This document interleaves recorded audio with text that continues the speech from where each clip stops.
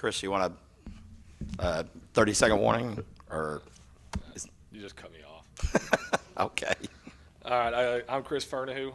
First off, I'm here to eat crow.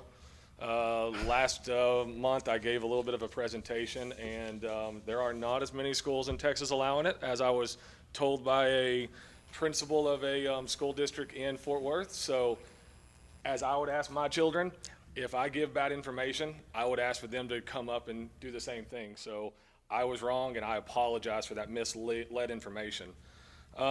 With that being said, anytime there is something new and different that has, there always has to have a select few that are willing to stand out and kind of pave the way for that new and different idea, if you will. I'm trying to teach my children to not follow the crowd, to be free thinkers. Now that the state has allowed a direction for this to take place, I humbly ask you consider weighing all the options. I have spoken with many educators. I've even spoken with some on the board, and a common denomination about all of this discussion is whatever is best for the children is what we need to be doing, that the school district is here for the children. There are avenues already in place to help the school district overcome any financial burden. If you have any questions about that, there is a bill. It has been passed. It allows the school to basically take a $1,500 to help the burden of allowing these children to play. I know it's not a lot, but every little bit does help. I only pray that Decatur ISD will decide to stand out of the crowd and will do what is right for all the children now that the steps are in place that allow such things to happen. I sit here with my children and I look and I see strong roots and powerful wings, and that's what we want to do. You know, when I graduated here, they always talked about soaring above everybody else. Well, this is our opportunity to do that. We can be one of the people in the front fourth of the state of Texas, showing that it's okay to be inclusive and allowing everybody to play. Thank you all very much. I really do appreciate it. Thank you, Chris. Okay, next, Kai Fernahue. Hello, my name is Kai Fernahue.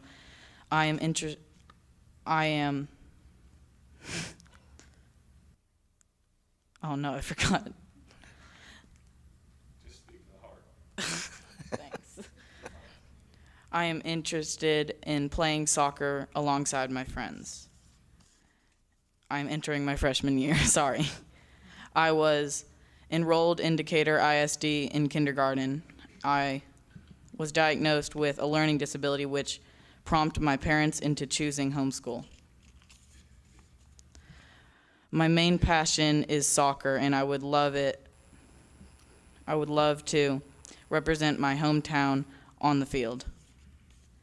Thank you for your time and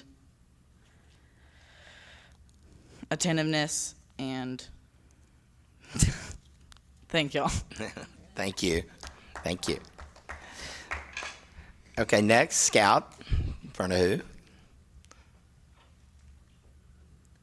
Hello, my name is Scout Fernahue. I'm 16 and homeschooled. I am here to speak not only on the behalf of my siblings, but also on behalf of all other homeschool children in the Decatur ISD school district. I was enrolled in the Decatur ISD until 2nd grade. I also have learning disabilities, and which made my parents look into the homeschooling option. I understand that it is a choice to be homeschooled, and I also understand that it is y'all's ultimate decision whether or not to allow us to participate in UIL activities. All my brother wants to do is play, so please don't let a learning disability, which we have both overcome in our time, keep him from playing. Thank y'all so much. Thank you. Okay, next is item number 8, the superintendent report. Yes, thank you. Thank you. I'd like, to, if you don't If mind. you use the microphone, they're red. That's Learn- okay. Gotta learn the system. Took me a year to get it now. Okay, you see how new I am? All right, so I want to start off by saying thank you to the Decatur ISD Board of Trustees for allowing me to come and serve with you to be interim superintendent in this outstanding district. I've already, just fallen in love with Decatur. Turns out, I think I know half the people here already anyway, so that's been pretty good, so thank you for that. I just have a few things to share. that you may or may not be aware of. If you've driven past McCarroll Middle School lately, you have seen a new scoreboard going up over there. That was installed Friday. It's looking really good. We want to thank Legends, the sponsor of that scoreboard, and their considerable donation, and we'll find a way to do that more formally, but I do want to say thank you to them. We are busy finishing up end of the year, getting started with the new school year with a lot of excellent work being done across the district in the operations department with all of those staff members. We have a group of students who attended representing Decatur ISD at the state level for FFA, and that's quite an accomplishment to have them there. We were really pleased with them. Teachers Brittany Wheeler, Ellen Fan, I didn't misread that. Okay, Melanie Titer and Kristen Stockard took 30 students, and they did you proud, so we're real pleased with that. Coach Huff has Eagle Elite Camp starting August 1st, and if you are an educator in the district, you know the kids are coming August 14th, and you're ready and eager to see your students again. If you're a parent in the system, you probably know exactly which day the first day of school is, because your kids are excited and ready to get back to see their friends after their summer break. So it's been a fast and busy summer, a very productive one, and we are looking forward to seeing our kids on the first day of school. And I've got to apologize. We've had so many meetings with Dr. Rue that I just feel like she's been here for a long time, and I realize this is the very first board meeting, official board meeting that she's been here. So I do apologize for not introducing you to the community of Decatur. That's my fault. And anyway, I feel like you've been here a while, so I forgot about that. Okay, so we'll move on to, and by the way, we are extremely fortunate, very glad that she's done an amazing job already just in the few weeks she's been here. So we're very excited about what she brings to the table. All right, number 9 is our consent agenda. And I don't know who you want to turn this over to first. Well, there we go. The consent agenda has listed several items there that are for your, you've got a background information sheet on them. If there are any particular ones you would like to speak to specifically, we certainly can do that. Otherwise, I would leave it to the board to consider a motion about the consent agenda. Okay. Does anyone have questions, any particular item on the consent agenda that you want to bring up or discuss? I know we've all read that. Didn't know if there was anyone to discuss as a group. So the meeting minutes from last month, we had asked that the homeschool be put on and also middle school soccer be put on. We do not have middle school soccer, as I had seen, to discuss, so can we address that? Yeah, there's a reason for that. I'm glad you brought that up. So it was not by mistake or by oversight. It was that because of the timing on it, that we did not have enough information on that program to have a full discussion, or certainly not to take any kind of action on it. It's not that it is being, that we're not even considering or not talking about it, but we're still in the phase of collecting information about what is entailed for that program and what we need to, what financial costs, what are the ramifications. So there's a lot that goes into it. I think there is certainly a desire for it. There's interest in it, obviously, from the community, and it's something that we're seriously looking into. We just didn't feel like we had enough information tonight to discuss it. So just know that that will be brought up in the near future. Can we get some insight on the budget amendment for the tables? And here's what we need to do on the consent agenda item. We need to pull it off the consent agenda and discuss it later in the agenda. Okay. The consent agenda is bulk. It's the bulk. Okay. So if that's the case, we can pull it off consent agenda and then approve the consent agenda as presented. Okay, did you hear that? No. Okay. So what's saying as far as the format for this is that if there's questions concerning that budget amendment, that it needs to be brought off and discussed later, and that actually go ahead and approve the consent agenda as is. Yeah. So pull the item off of the consent agenda, and then we bring it later at the end of the meeting, and we discuss any items pulled from consent agenda. So you would be asking for 9D to be taken off? Then I would ask for 9D to be taken off and discussed, just As a separate item. due to the amount and then understanding of how it's being funded. Okay. All right. So does someone want to make a motion to approve the consent agenda except for 9D? Anyone? Bueller? I'll make a motion that we approve the consent agenda as is minus the 9D. Second? Okay, I have a motion from Delvin to approve the consent agenda minus 9D, and a second from Matt. Any other discussion? All right, all those in favor say aye. Aye. All those opposed say nay. The motion passes 6-0. Number 10, discussion item, so the very first one is, I guess we can put it back up there, it's homeschool participation, the non-enrolled students' participation in UIL activities, Dr. Wooten and Coach Huff. Thank you.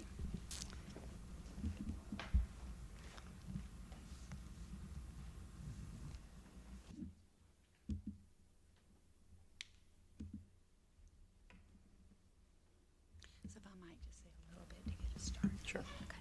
Yeah, before, as the board members, as they're coming forward and preparing, and what we have before you today is a discussion item giving you background information and more detail about homeschool participation in public schools in the state of Texas. We'll offer some fairly detailed information, and it will give you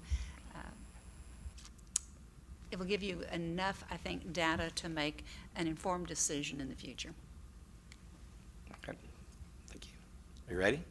All right. So we're going to be, Coach Huff and I are going to kind of tag team it today with different questions and components of this. But as you know, it was brought up at the last board meeting. And so we're here to give you a little bit more background for your education. And so the law, House Bill 547, that allows homeschool students to participate in UIL activities, and districts have the right to opt in or opt out of participation. This law went into effect in May 22, 2021. And so since taking effect, there is 1,391 UIL schools in Texas. 35 schools allow homeschool participation. That equates to a little less than 1% of the schools in the state.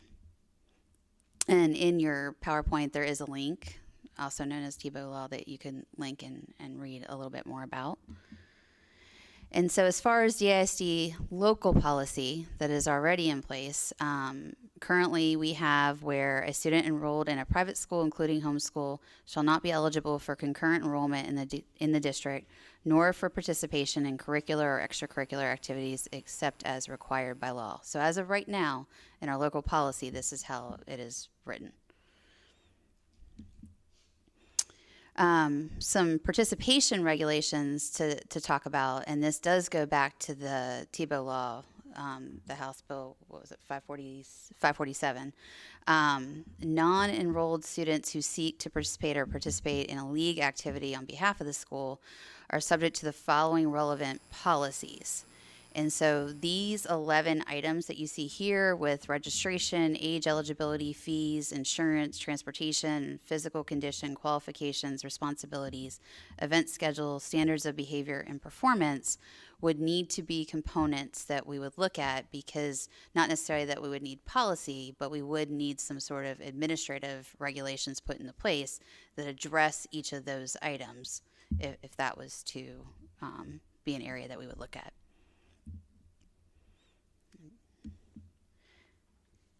And so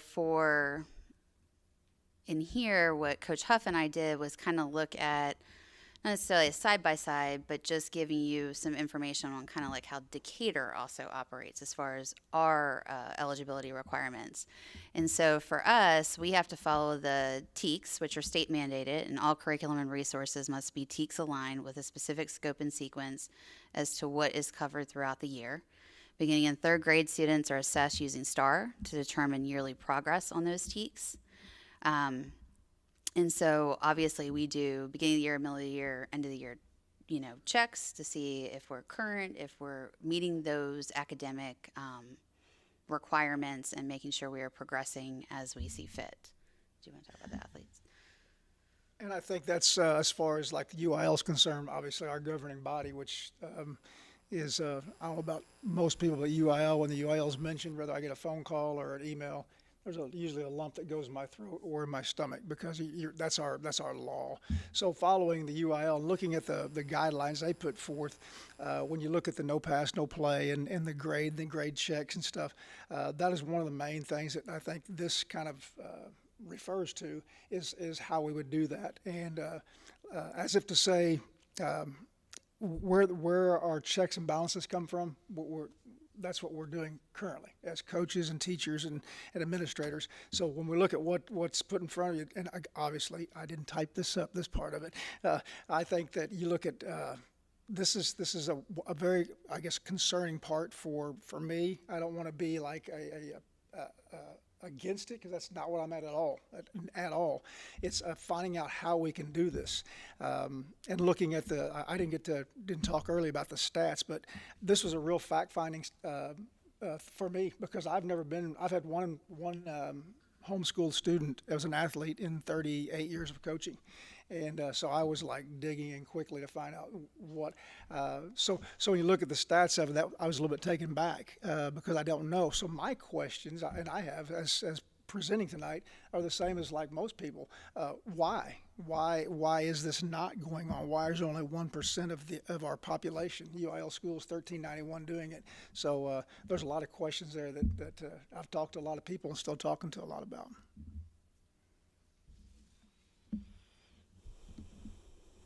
And then also, and this is also clearly stated in the House Bill 547, but according to, and the Leaper case is the case that kind of like brought this to everybody's attention. This is where some of these laws came into play.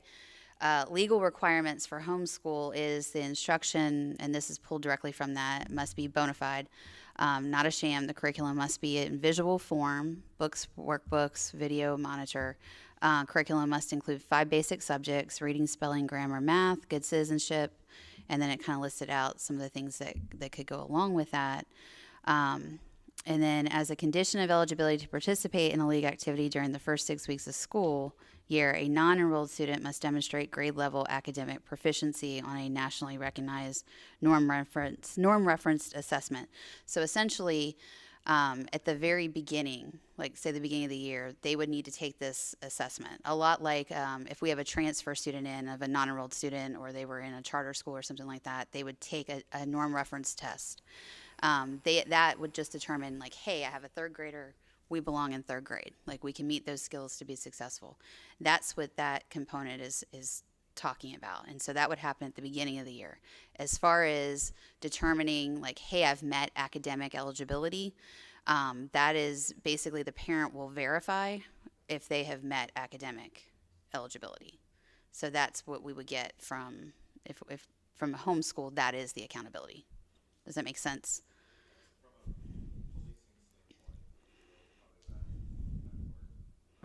Not a bad word, but from a monitoring perspective, who then would do that internally of the other districts? Who is monitoring that and running point over all this stuff?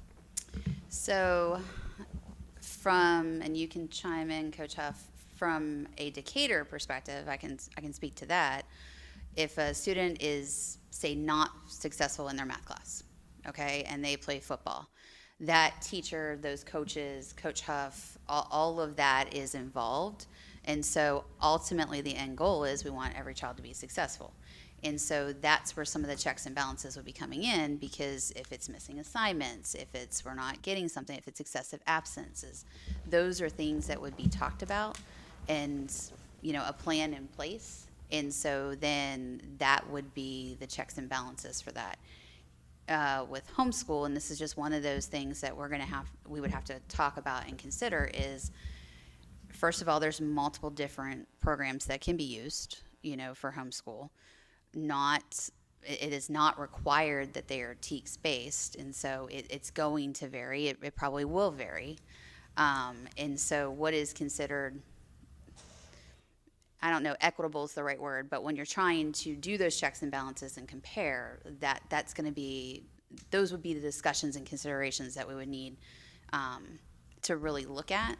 And that would go back to some of those, administrative regulations that we would need to put into place. But we are restricted based on House Bill 547 because they are not subject to the TEKS. So a program does not have to do Right. that. I guess my question is who would be responsible for vetting all of the intake materials and then administering the program, if you will? Well, I think, And allow me to jump in there.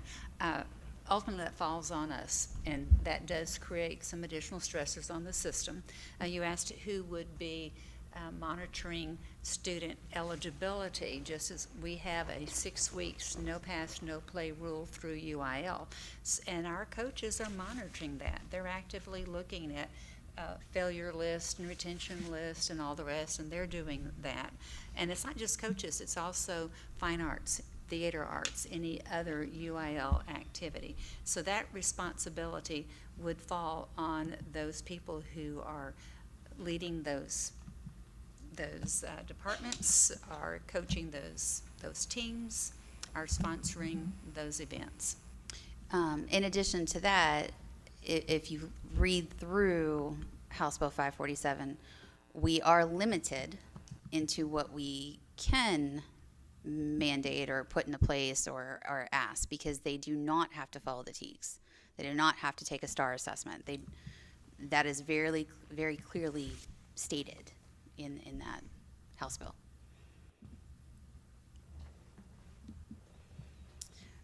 Attendance, same thing here. DISD students and families are expected to follow compulsory attendance laws here that we follow. If you look at Texas Education Code 25086, homeschool students are considered private and are exempt from those requirements. And so just kind of highlighting things to consider. In order to be eligible, if you're a DISD student, you must adhere to student code of conduct, must pass all classes, state mandated standards and state approved curriculum, must comply with our attendance laws. Homeschool, its parental expectations of behavior instruction must be bona fide and exempt from those laws. And then if you want to talk about implications. I think the other, and I'm going to go back a little bit as far as what would be the center, because we have to have a hub for our grades, and every grade comes in every week. We have to have reports on our kids, so that would be something we'd have to figure out where that grade would go, and it has to be a weekly report because we have our kids on weekly reports every week, and the coaches are broken up in which. Yes, sir. Even still, are you not looking, would grades not arguably be apples and oranges? If we're looking at, Yes, it was. Most definitely. So I got to go forward now a little bit, but anyway, we track grades. That's one of our toughest things we do is tracking grades because again, planning kid ineligible, so on and so forth. I think the other part of it is when you look at we have the ability, for lack of better wording, I think that we have our kids in our hands all the time, so that's a lot easier to hold their feet to the fire and to the rigors of what we know is going on at DISD within DISD. So I think that is one thing we look at grades and stuff. That participation, that's a little bit different also. But again, I think I'm not going to claim to be an expert. This is new dive for me. Interestingly enough, a lot of information that comes out, and I think for me, again, I've got to go back to the UIL part of it, which I would like to address at the very end. I think you might be there. Yep, you are. I am at the very end. Yes, You're and right. don't forget about your multiple practices. Multiple class Oh, sessions. a couple of things that I look at again that I think that are hurdles, and again comparing apples to oranges, the fairness of it all. However you want to look at it. The other part about some of this is like for us. what bothers me probably most, and if I'm using the word bothers, it just, I guess a little unnerving for me is the UIL factor of it. The UIL, our governing body, for whatever reason, and I am a try to the T, follow a rule guy, because I believe in the UIL, I believe in the governing body of it. There's a lot of people that can't stand the UIL. I think that they provide a great governing body for us, and we can't be lawless in what we do. And I'm not saying this is lawless. I'm saying we can't be lawless as athletes in what we do and coaches. But at the same time, I look at, I don't understand the UIL lack of wanting to be involved with this. It's almost as if they're washing their hands of many. They put it off on the district a lot. I don't understand that. I don't understand why it goes off to every district when we have rules and for everything else, but for some things that are a little bit touchy, we kind of back off of, and that bothers me a little bit. This seems to be one when I go through the Q&A and just look at the 25 questions on there, how many times it says refer back to local, and putting it back on the district. So that's a little bit telling to me. I'm not for sure why why it's 1%. I have no idea. Maybe next year it goes up. I don't know if the $1,500 per student per sport they play is enough to move the needle for people. I have no idea of that. That could be different this next year. But looking at another thing is, future down the road, there could be a time where, a homeschool student could be on our campus up to 3 times a day with another practice of a different sport after school, and possibly a choir, band, FFA, something, whatever it might be that we do. It wouldn't be FFA, be UIL sponsored events. So there's a chance that they could be coming back and forth multiple times during the day, which is also a little bit of a concern. Do we have any idea how many homeschool kiddos we have in our district? Is there any way of tracking that? There is not any type of reporting system. At one time, parents were required to inform the school district if they were homeschooling. That is no longer, that legislation was removed about 10 years ago. So we don't know. No way to even guesstimate, 100 or 1,000, nobody Nobody knows. I mean, I don't know. There used to be a pretty active homeschool consortium that was like Wise and Jack, or Wise and Parker, maybe? I have a lot of questions, obviously, and I can put them in writing to the board, and we can go over this, or I can discuss it now, I don't know. This is the discussion, right? Okay, what's the purpose of UIL? Why do we do this? I'm sorry, I didn't hear the question. What's I'm the sorry. purpose of UIL? The sports, we have arts, we have a lot here. I guess I want to kind of point out a few things, and then besides just saying we're going to do it, we're not going to do it because it may be difficult or may not be difficult, or it's a revenue stream. But for what I see as an opportunity to reach out to kiddos that right now we can't. And if it's an opportunity to reach out to a kiddo, get them involved with the sport, and then maybe tomorrow or the next day or next year they decide, hey, Mom, Dad, I want to go to school. I want to go with my friends. It's a marketing opportunity here. We spend money on billboards for marketing. This is an opportunity to actually reach out, to be able to touch these kiddos and possibly get them on board. And if we're in the market of educating kids, and I'm pretty sure you do a lot of educating out there when you get these kids, it's an opportunity to reach them that we can't reach right now. Do you want to talk about UIL? So UIL is University Interscholastically, it is the governing body of fine arts and athletics at the secondary level in our state. It is a legislated body, and it has its responsibility is to ensure fairness of play, eligibility of people, of students and their activities. It is, I guess that in a nutshell, that's what it's all about and why it exists. So did you want to add anything to that? Well, the UIL is like a governing body, or what we do within the UIL. I guess my point, I'm being a little rhetorical here. We're in the business of educating kiddos. We have an opportunity to touch a kiddo for maybe a quarter of the day versus all day. It's an opportunity.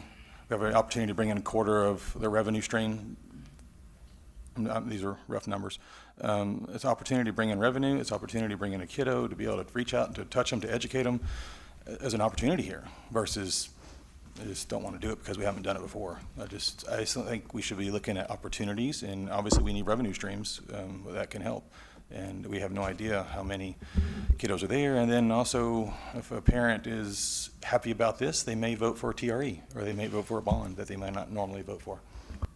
What kind of revenue stream, I'm sorry? House Bill 30. The $1,500? And then potentially, I guess before you guys got on, Coach Huff did an analysis on a paper play, and there's an opportunity there. We could discuss a paper play as well. There could be an opportunity to bring in more than a quarter of their typical ADA. It's hard on them.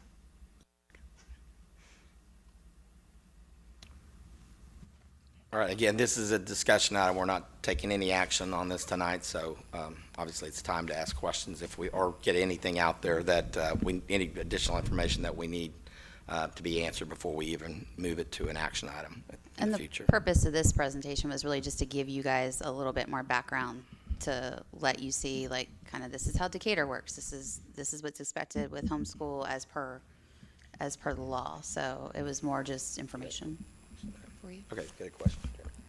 Coach Huff, you talked briefly on the UIL aspect of this and obviously holding the student/athlete accountable.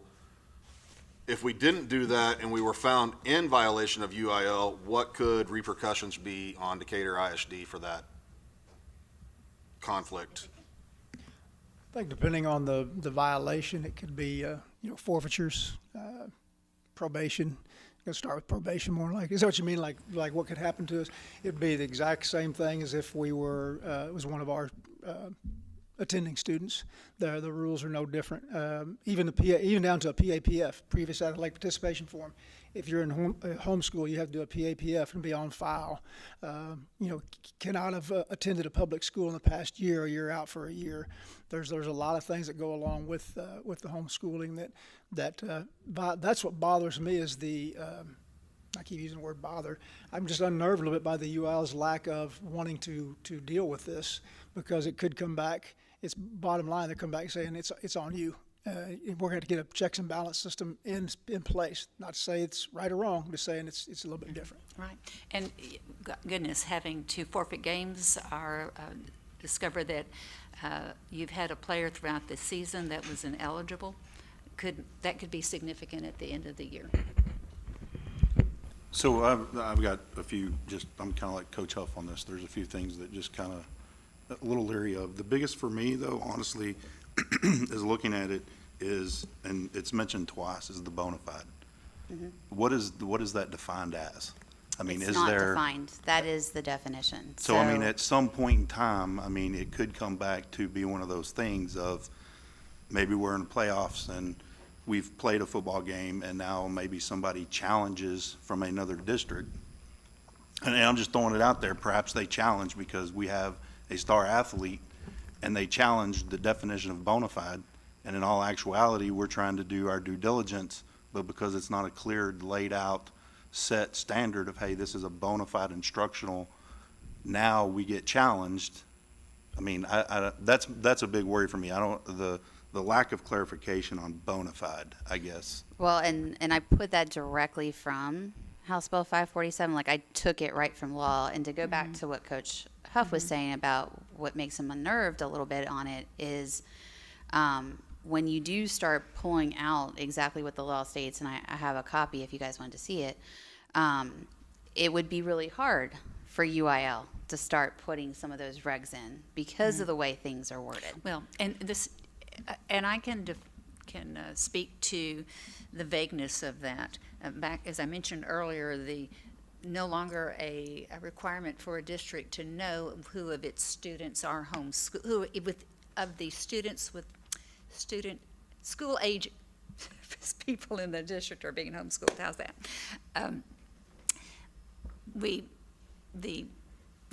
The requirements are that there are the four content, or the basic content areas. There is not really a reporting system or a mechanism to determine or to receive prior approval from the state or whatever on the curriculum that homeschool chooses to use. So we would we would probably never have a challenge about a bona fide curriculum piece.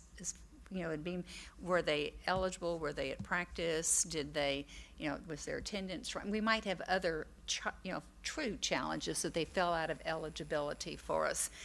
But there's a great deal of latitude about which curriculums people choose to use, and that's, intentional.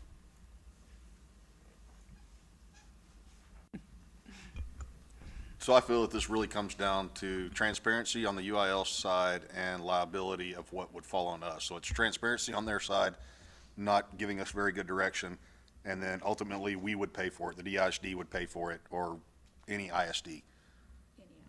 Any, yes. You accept more risk for this.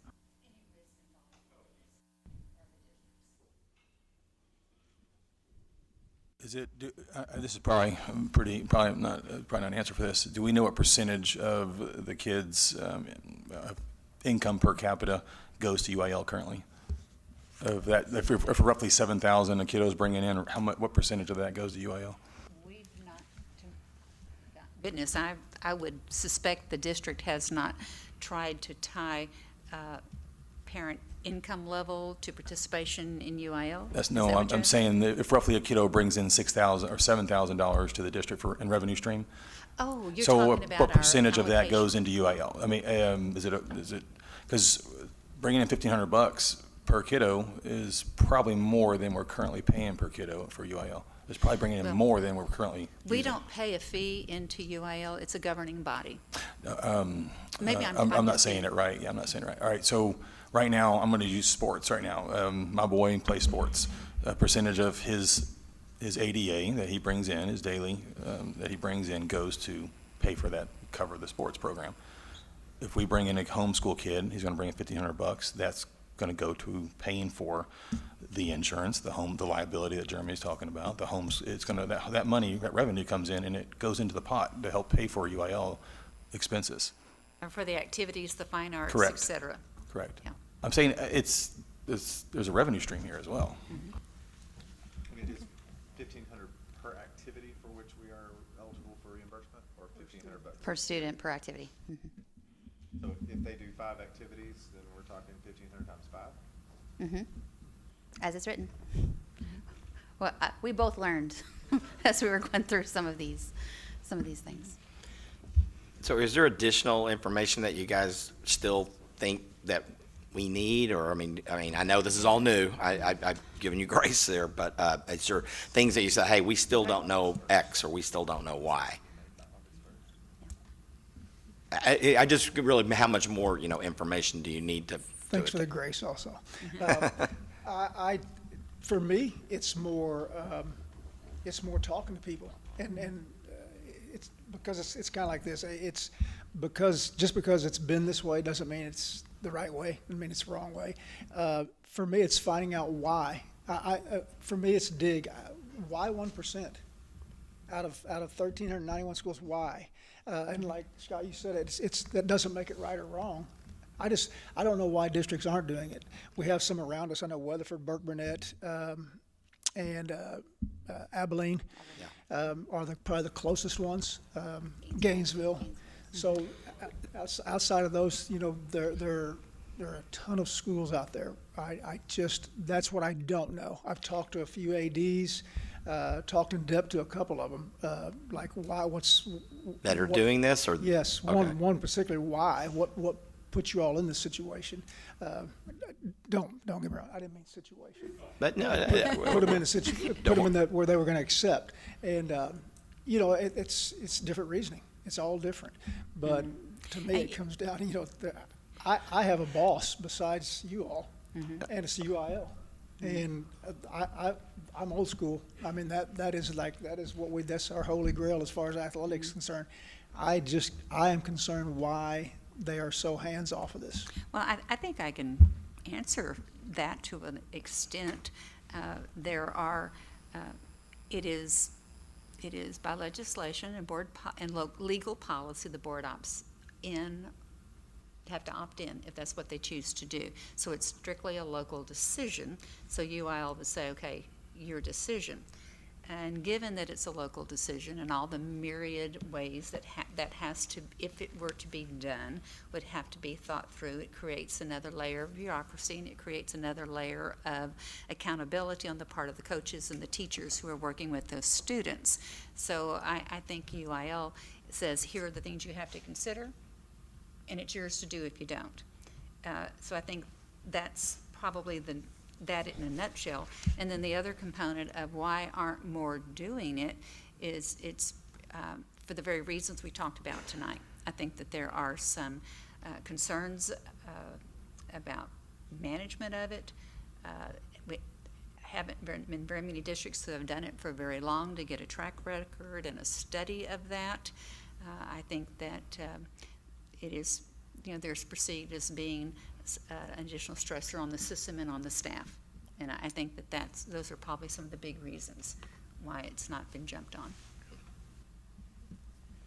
Coach Huff, is there anyone else on that list? I know it's not very long, that I was just curious if anybody, any ADs on that list that you reached out to the one that you knew? Okay. There's a couple. Okay. And also went some that weren't, that I thought may be why they're not. Okay. And came down to the same thing. Same thing we're talking, okay. Yeah. Okay, I was just curious. Thank you.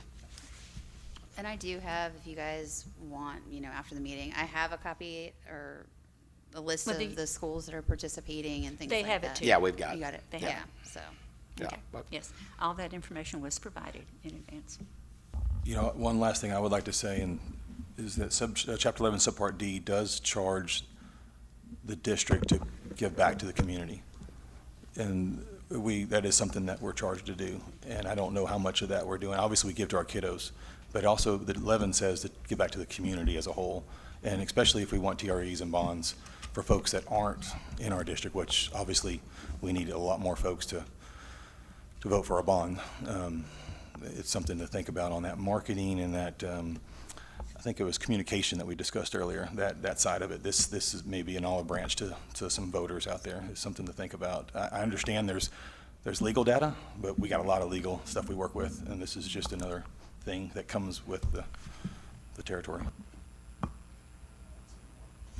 Michelle, did you reach out to the Texas Board of Education to see if they had any input on this, if anything was coming down the pipe, or if they could?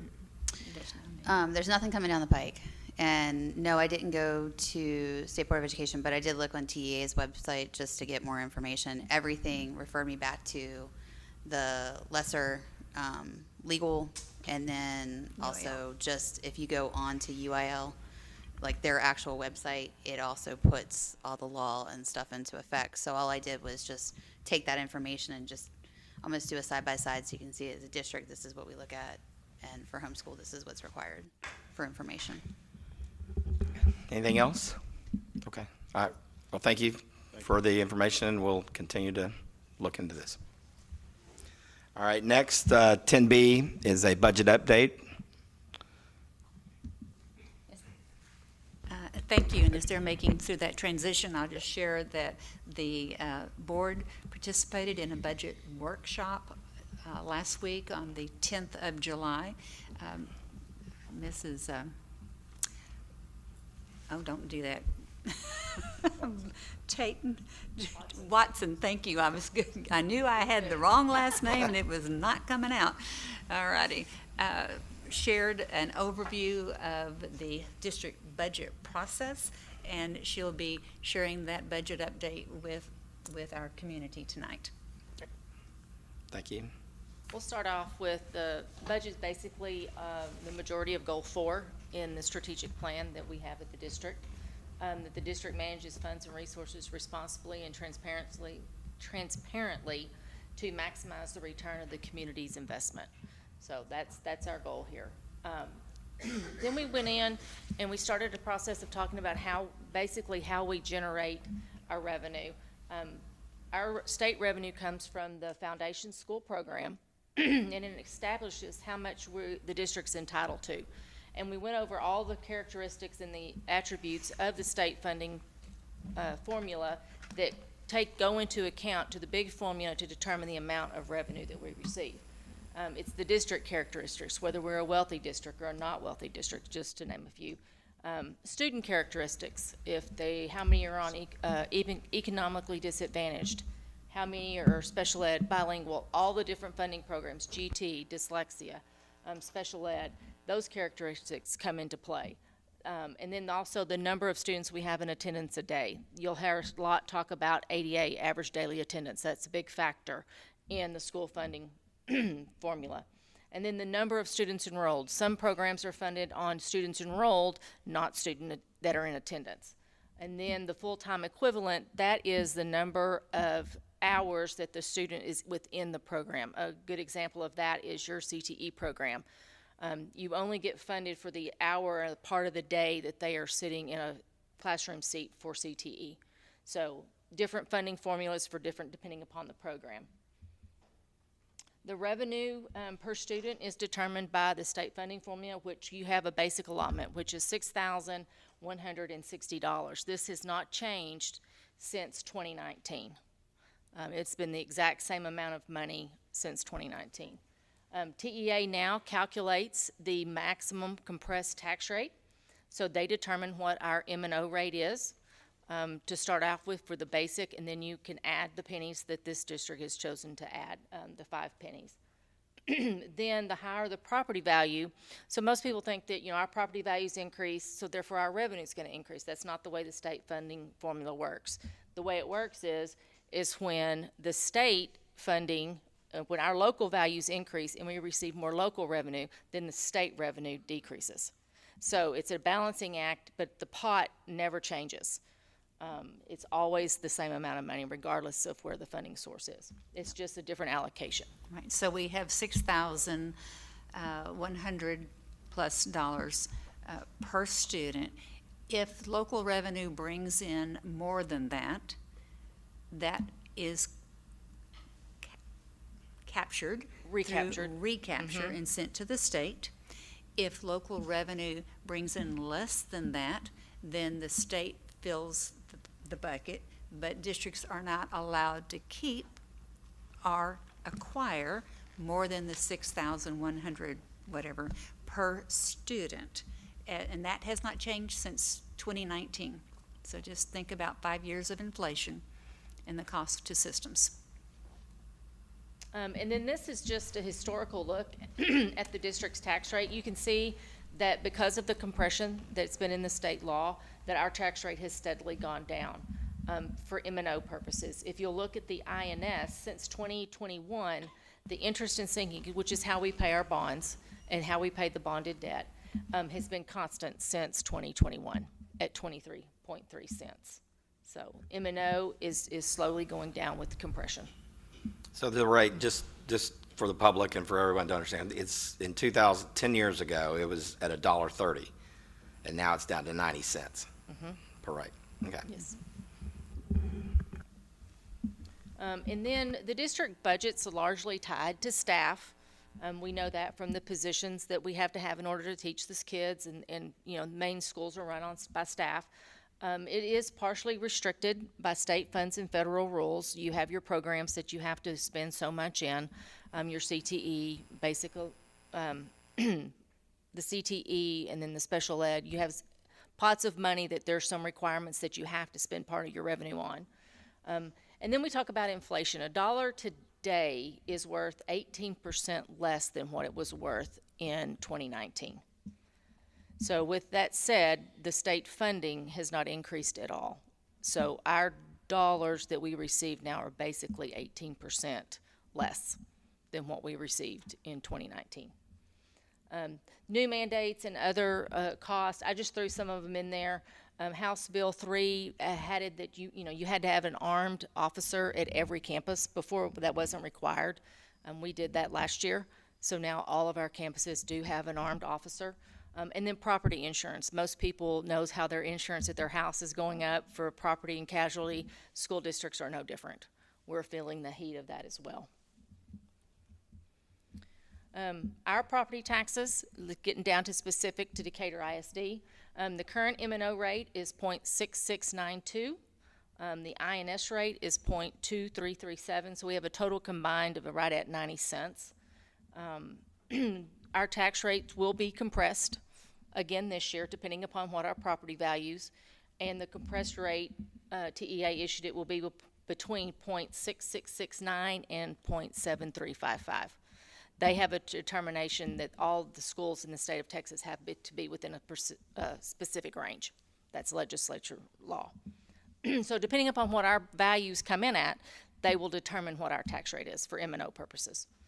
The INS rate, we have maintained that constant for the past, ever since 21, and that is to pay down existing debt and save the taxpayers interest dollars over the life of the bond.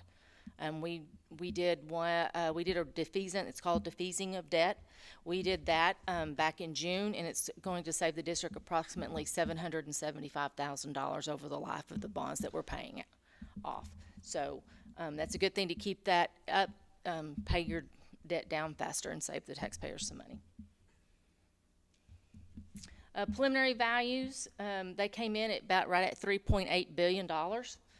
That was a decrease from last year's preliminary. So we've got several numbers that we're juggling here. So last year, preliminary to preliminary, we were down 5%. But if you look at what we ended up being certified in June last year, they're only down 3% from what we were actually certified. So, and oil and gas, we all know that our oil and gas is big in Decatur and Wise County. Unfortunately, the oil and gas values decreased 53%. So they went from 723 million down to 334 million. But we all know that Decatur is growing. We had new growth, and so the new growth, the new housing made up for the difference. So we didn't see such a big hit for this year. And this number will change when we get the certified values, and so we'll know more of where we're at then. For budgeting purposes, we went ahead and just used what the actual levy was this year, assuming that our actual values that we're going to be certified in July, on the July 25th, will be very similar to what it was this year, with minor few adjustments. You're talking maybe 1-2% at the most. And so for budgetary purposes, we just went with the same levy that we had last year.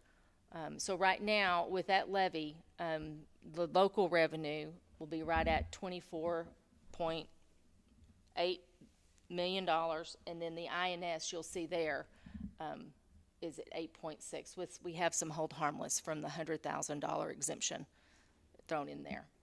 So for budgeting purposes, that's what we used, in which that number will change. So this is not set in stone. Once we get the certified values, this number will change. So keep that in mind. The budget assumptions that we used to do this budget was based on 3,800 students, which is down 150 from what we had projected last year. Last year, from the demographer report, we felt like we would have an increase in students. That did not happen this year. We ended school with 3,795 students, so we're starting out the year with, just rounded it up, and 5 students, and we started out with 3,800. We're using 95% average daily attendance. So when you take the 3,800, multiply it by 95%, you get basically 3,600. That's the number of students that we're using that will, on average, every day be in attendance at the district. When you put all of the different type of characteristics of the students into the funding formula, it gets you what's called weighted average daily attendance. So it takes the weights of all of the kids, one student may be special ed and CTE and then be bilingual. It takes all those weights and it turns that and converts that into a weighted average daily ADA. That will be 5,125. Then special ed FTEs, we have that they're going to go up about 23 students. The FTEs for CTE will go up about 20 to 330. And then right now we're keeping compensatory because our enrollment is constant. We're keeping that number constant as well. When you look at the revenue projections and you put all the numbers in, we had a few little changes into some local revenue, mainly just tuition. That is because we allow our teachers, if they have a pre-K eligible student, to attend and they pay some tuition. Those up to a certain number of slots. Those are fewer than what going forward. So that number has decreased. The state revenue, when you put the money into the formula, the state revenue comes in at right at 12 million. And then you'll know that the SHARS revenue, we've had the discussion, we are in the appeal with SHARS over their new changing of the rates, but we are projected to lose half the revenue based upon their new reimbursement rates going into next year. So when you put all those numbers into the funding formula and the revenue for next year, we have right at $38.2 million to go in the next year for revenue to use to cover the expenses of the district, which is about 1.2 million less than what we had projected last year. And that decrease is mainly due into you don't have as many students. So. Okay. I was going to say, hold the compensation discussion until we get to that part on the agenda. Oh, okay. Yeah. So, okay. So the 1.2 is what the reduction is, and that is due to, instead of having 3,950, we're only budgeting for 3,800 students. And then we'll talk about the compensation later on all of that. And then when we looked at what, this was very summative before, we looked at what the revenue was. We had the 38.2 million, and then we took last year's expenditures and said, okay, just what are the changes between this year and last year? We've had a reduction of 22 staff members. We have taken out the longevity check. We did the 10% reduction in the detail. You mean go ahead and talk about the? Well, all I want to say is that there was sort of a hold on that. We haven't made any final decisions on longevity checks, so Yeah. we haven't taken them out at this point, but we haven't added them in either. Right. We're thinking about it. And then we had all the other ads right there, which would be your summer school, because when we had ESSER money, we paid for summer school with ESSER money for the last 3 years. We had an instructional coach that was paid for with ESSER that we're moving over to the general fund. Then the property insurance that we talked about before, of increase of 100. And then we had some special ed positions. So all in all, that was a 1.7 reduction. But since then, we have made some other changes to the revenue. So right now, you're showing a $1.5 million deficit with some of the changes that we've had made in difference in staffing. So that is down to 1.3, which gives us the ability to add back in other items like longevity and other things. This was very preliminary. The more we have budget workshops, the finer this will get. And then we just went over the budget, the fund balance of where we'll end up at the end of this year. You're looking at, by the time you get to December of 25, we'll have roughly about 2 months operating in the budget. And Ms. Watson, if you would just describe what a fund balance recommendation is and expectations for school systems. School districts are graded on fund balance on the school first, and to get maximum points, you need to have a minimum of 3 months in fund balance. That allows the school districts to cover the shortfall in the fall when the state funding isn't there and you don't have your property taxes. If you have 3 months operating, that allows you to operate, and that's why they suggest that you have the 3 months operating in there. And then as you trickle down, you get less points on your school first. So how does that scorecard affect us going out for a bond if we are running at 2.06 months? It doesn't affect a bond at all, because a bond is paid for out of INS. So our credit rating is not affected by how much we have in? Your bonds are 100% backed by the state of Texas. So you get the highest rating that you could possibly get. Because the school first that's a totally different conversation. Yes. Yeah. That's just like a rating that we have to get, right? That's like your accountability rating, A, B, C, or D. Right.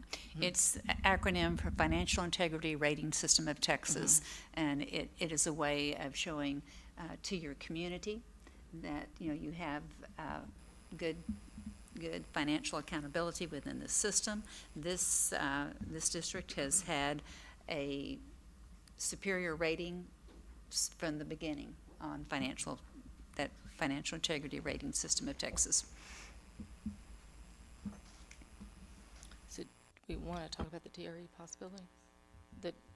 Do we want to? Okay. Well, and then the board had discussed possibly going out for a tax ratification election to get the other 3 golden pennies. They're called golden pennies because you get state funding along with local revenue. And they are not subject to recapture. Voter-approved tax ratification election. So if you have a TRE, without the TRE, you're looking at, the 38 million in state and local revenue. That is just your pure state and local far as property taxes and then the state revenue that you receive.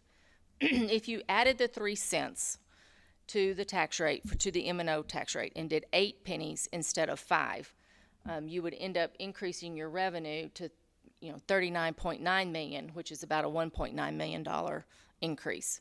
This is all subject to enrollment of students, WADA, and property values, how that shakes out. So if your enrollment goes up, so does the amount of money you get for your other pennies. That difference would more than wipe out the deficit Oh, absolutely, 100%, wipe it out. for the next budget year. For the Yeah. next budget year. Maybe in the future, too. Might help the district begin building fund balance so that we are now within that range that is healthy in a system, in school systems, and is the expectation from the state. So your pennies basically, the 3 additional pennies may basically get you a little bit over half a month operating, is what that's going to get you. If you put those dollar amounts into the previous slide, which these numbers are constantly being tweaked now, you're looking at having right at 400,000. Now it'd probably be more like 600,000 in excess. Back into fund balance. What's next? We had the functional workshop tonight. Before this meeting at the budget workshop, we went over all the functions and the increases in what we've done. Now we're waiting on July 25th for us to get the certified values, so we know where we sit there. When we get those, we'll do the maximum compressed rate form in TEA's website to determine what our M&O tax rate will be for this next year. And we're continuing to hire all the vacancies that we have, getting the salary information in for the individuals that we've hired. And we're continuing to look for budget reductions, scrubbing the budget even more than we already have this year through increased efficiencies. And then we're going to start working on increasing the average daily attendance to above 95.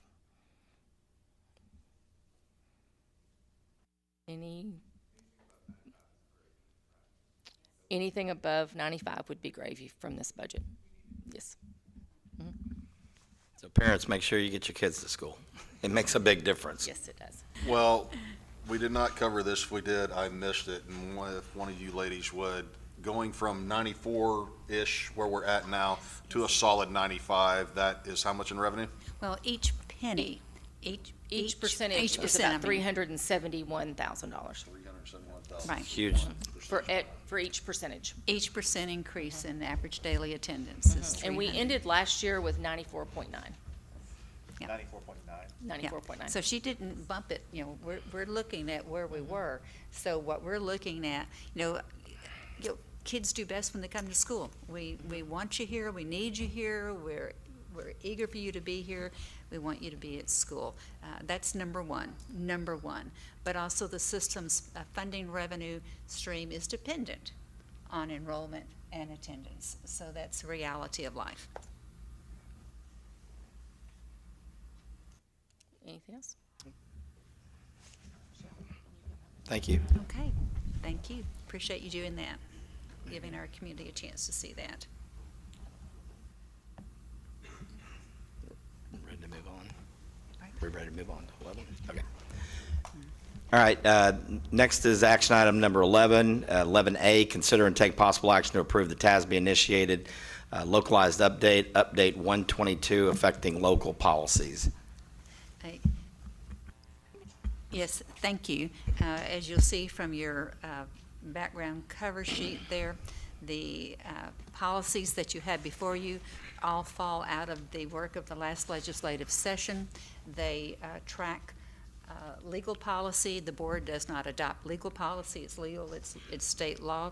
However, the local policies were revised to reflect and track with changes in legal. The vast majority of these are wordsmithing, adding a word hither or yon, coming back and making the connections back to those legal policies. Some were deleted altogether and new ones put in their place, but you have all of that in comparison. This is second reading. Second reading, the board had an opportunity to review these at the previous month. Do we have a motion?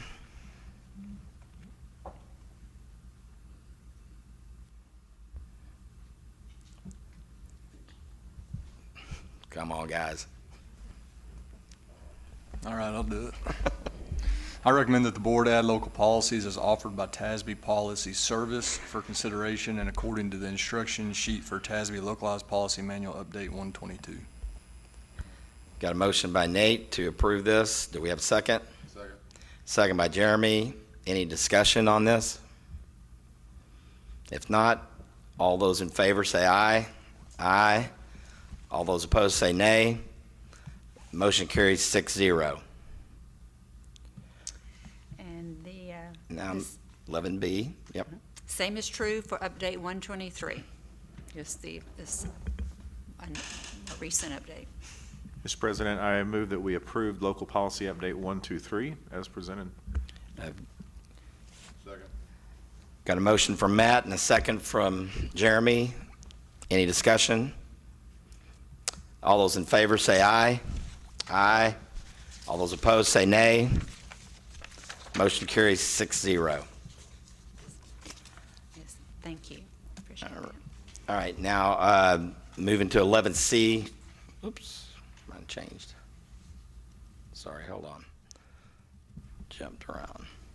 11C, consider and take action regarding the 2024-2025 Student Code of Conduct. Yes, thank you. And Dr. Wooten is coming forward. This is the Student Code of Conduct. It had no substantive changes from the previous year. It was not a legislative session. So we are pretty much rolling things forward with input from principals, and I will allow her to make a brief presentation about it. So you have in your board book just the Student Code of Conduct. Like Dr. Rue said, there has not been any substantial changes to it. Obviously, we tweaked some names, just make sure the dates and everything are up to par. You saw some of the local policy changes with just the minor wording, but it didn't change meaning or content. So really, it's just, do you have any questions about what was in there? This is what we will put into What we had last year. play. If you guys approve it, because it does require board approval for code of conduct. And that will be updated on our website and ready to go for the district. Right, and we're bringing it to you tonight for your action so that we can communicate this with students and have it ready for the first day of school. Okay. Does anybody have any questions for Dr. Wooten? Or comments, anything? Okay, if not, you get off easy. I think you still have to approve it. We're going to. I was giving you the opportunity to. I know. I was letting you off the hot seat there, though. All right. Do we have a motion? I recommend the board approve the 24-25 Student Code of Conduct Handbook. I have a motion from Delvin. Is there a second? Second. Second from Jeremy. Any further discussion on that? If not, all those in favor say aye. Aye. All those opposed say nay. Passes 6-0. Okay, All right. Now we're going to move to 11D. that's right. Okay, and thank you, Ms. Watson, for being back at the podium to discuss compensation plan. What you have, TASB completed our maintenance for the compensation plan for the district. We had them do a model that gives a 2% general pay increase. So that would mean a $1,250 increase for every teacher. You have the new salary scale in your packet that shows that the starting teacher now in Decatur ISD will be $55,850 if the board chooses to approve the 2%. All other pay grades remained constant, and individual employees would just get a 2% of the midpoint from previous year's scales. In the cost, you have to realize the cost of the $599, that is a moment in time. As we have reduced staff, that number is a very fluid number, but this is at the moment in time what it would cost if nobody left and we kept everybody and everything stayed constant. So, any questions? And just to clarify, that has already been built into the budget. Yes, this number, this pay increase has already been built into the number and the expenditures that were presented to the board tonight. Right. That's right. All right, any questions for Ms. Watson or items you want to discuss? Are we going to discuss later the longevity? How is that? Yes. Or it'll be That'll be in a that'll future? It'll be at future. the workshop Yeah. on the We 29th. will definitely discuss it. We'll discuss it, but not tonight. It's not on the agenda for tonight.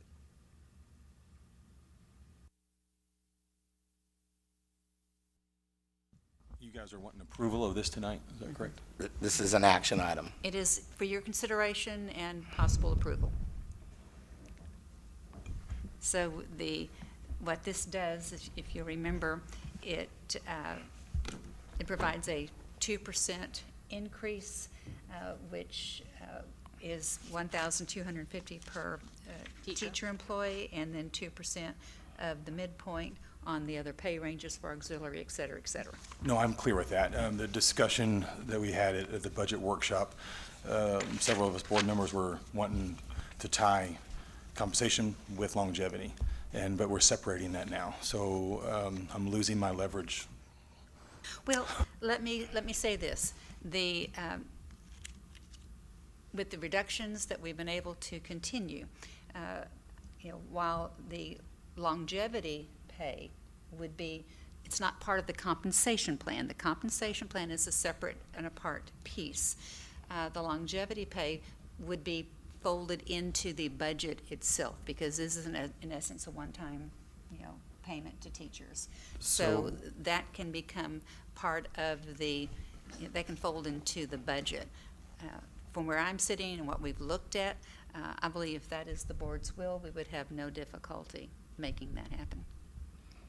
So you're telling me we will have longevity checks in our budget? I believe that it is entirely possible, and I believe that of course, will take, board action on the approval of the budget, but it's our intention to have that in the budget for your consideration. I think it's the goal of, at least from what I've picked up from the budget workshop, obviously, we want to pay our teachers every possible penny in our staff that we can. Obviously, we've got to be very cognizant about the budget, but based on some things that have come to light and some things that are continuing to come to light, I think the goal is, let's do everything we can. It's not an either or that we do a longevity check or we do a budget. We want to do both. We don't want, last thing we want to do is take away any of that from our staff, but we just got to figure out a way to pay for it. Okay, so we can hold off, we can table this until we approve a budget altogether. The longevity is important to me in the budget. It's important to everybody. I understand, but if I would rather do a 1.5% raise and keep longevity, that's the same dollar amount to the district. So I want to make sure that we're not giving away longevity. And by approving this tonight, outside of the budget approval, I'm no longer able to negotiate that with my fellow board members. So I don't know why we're separating this right now. I don't know why we're pulling this out of the budget. We have to approve a budget anyways. Okay, so let me see if I can clarify somewhat. The compensation plan is one of those responsibilities of the board to approve on an annual basis, the compensation plan for the district. That is, that salary and compensation.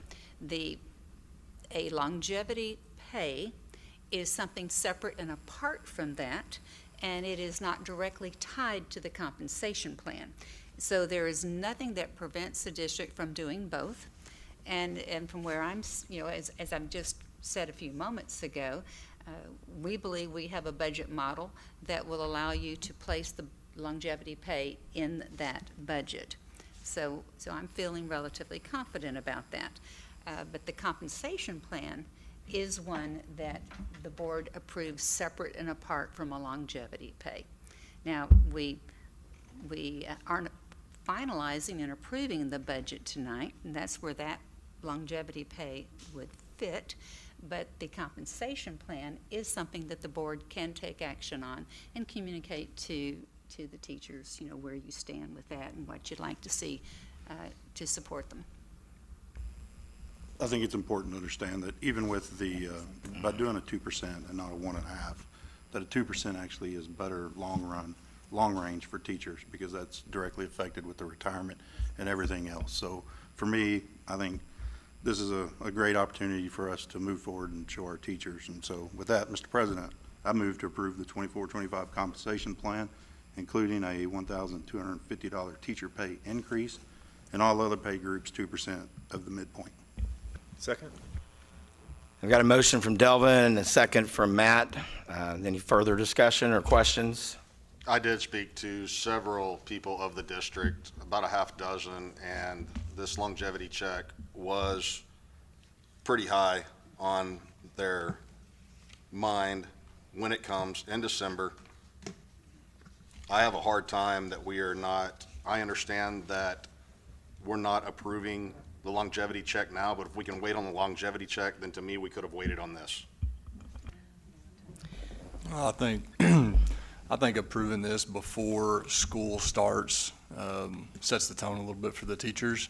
If you wait till after the budget is and we have our next meeting, school's already in session. I think doing this now, given in light of where the budget is and the other districts around us who are not doing teacher raises, I think it shows that we care about our teachers and we're going to do what we can.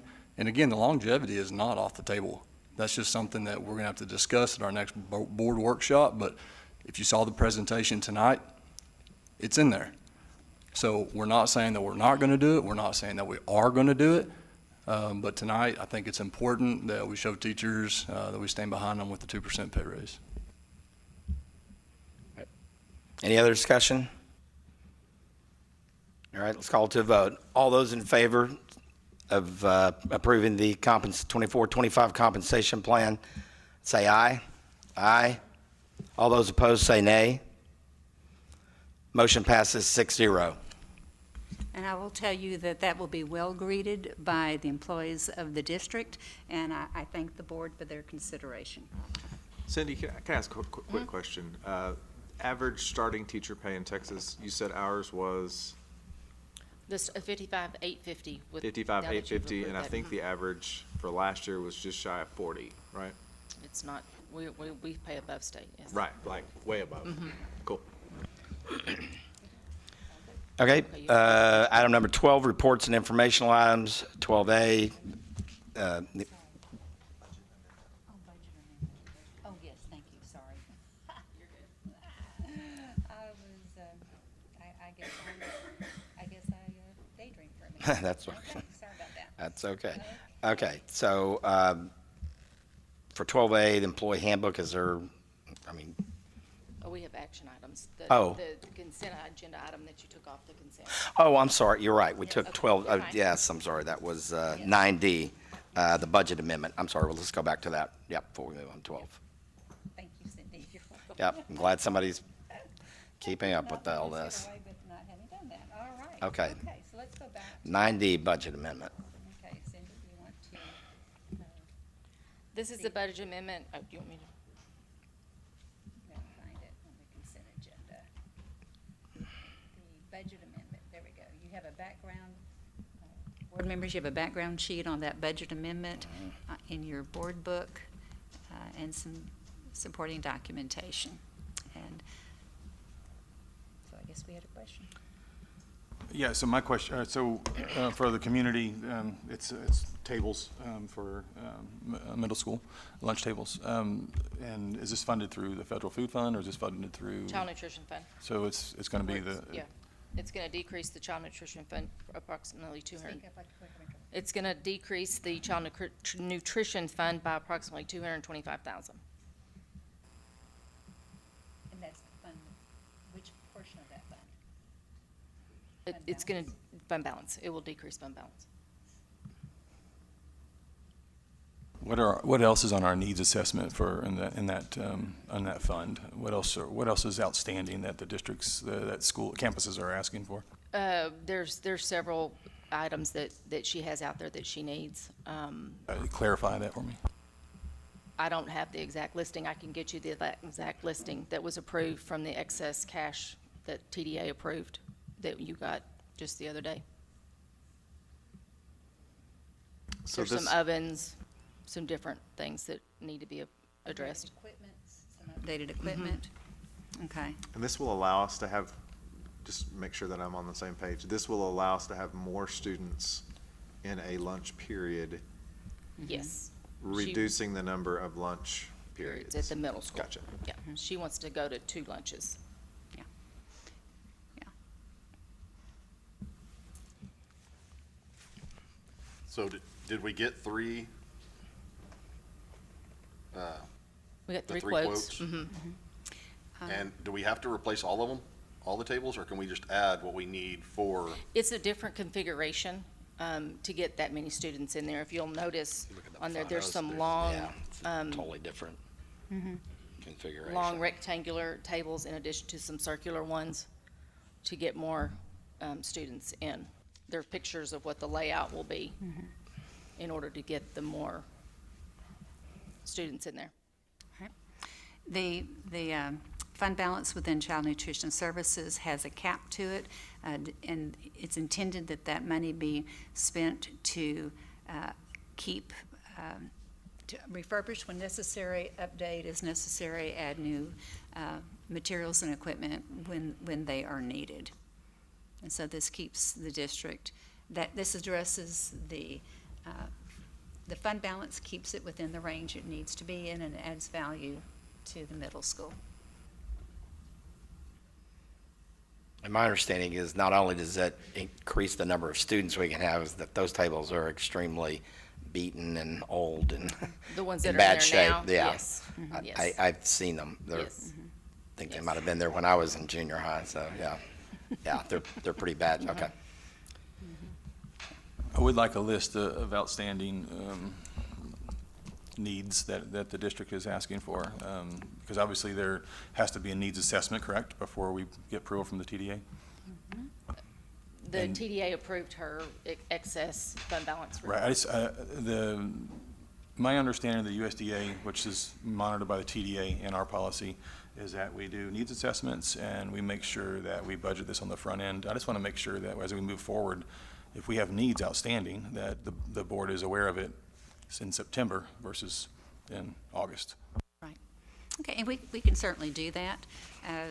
Yes, and this received the approval it needed to from TDA, so we've got our Ts crossed and Is dotted, and do have some other, but they were much smaller needs. They were not of this,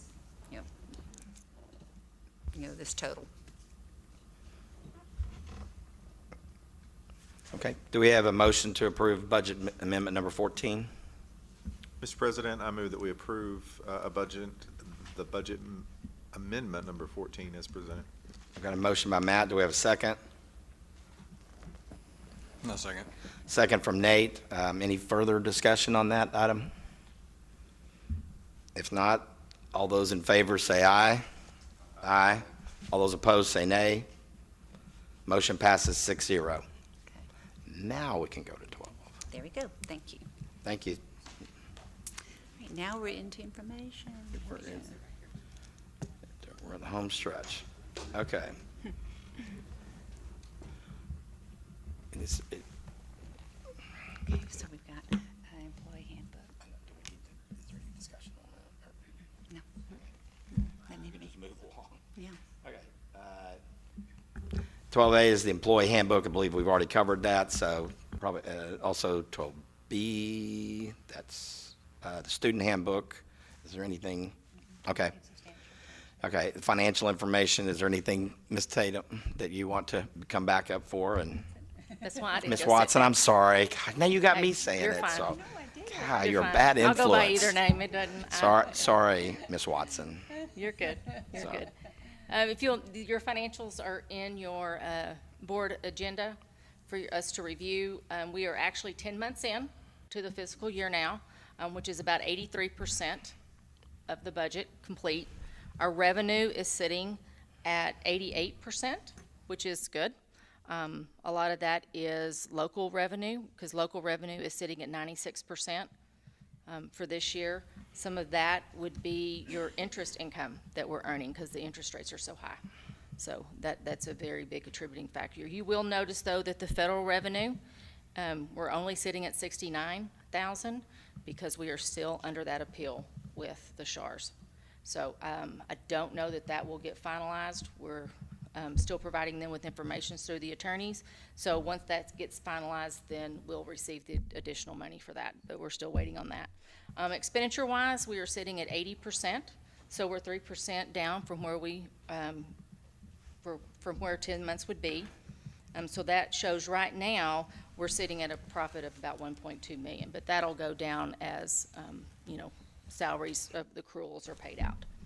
So, and then if you'll flip over on the food service right now is sitting at a profit of 150,000 for the year. So the revenue numbers are off slightly, but that is because we, again, in here budgeted for that number of students, the 3,950 students, and they didn't show up. So those numbers will be adjusted going forward. And then on your debt service, you have down that we have a large portion of the debt service still due. That's because our final bond payment is due August 15th. So you don't show that budget being finished, paid out until the end of August on there. And then the construction fund, there has been no activity in that so far. Eventually, you will, when Corrigan finishes the long-range plan, they'll invoice us for that, but that was still, it's still outstanding there. Any questions?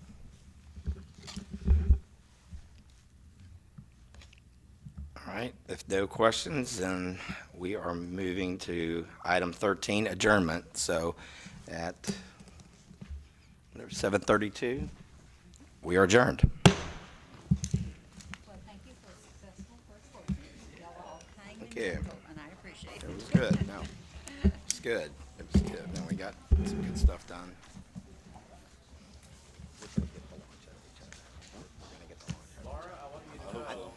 I know, trust me.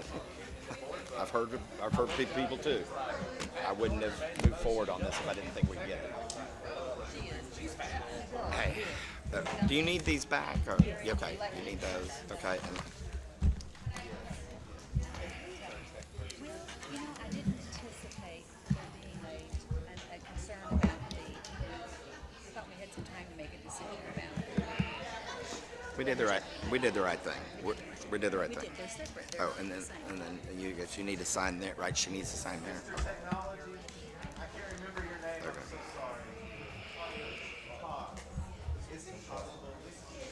And then you need. Oh, do they need to sign that down there? Okay. Okay. Oh, and thank you for always keeping up with all this.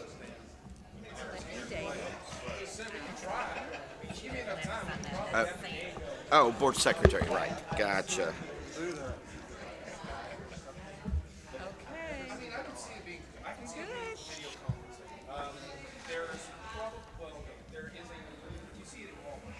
Good to see you again.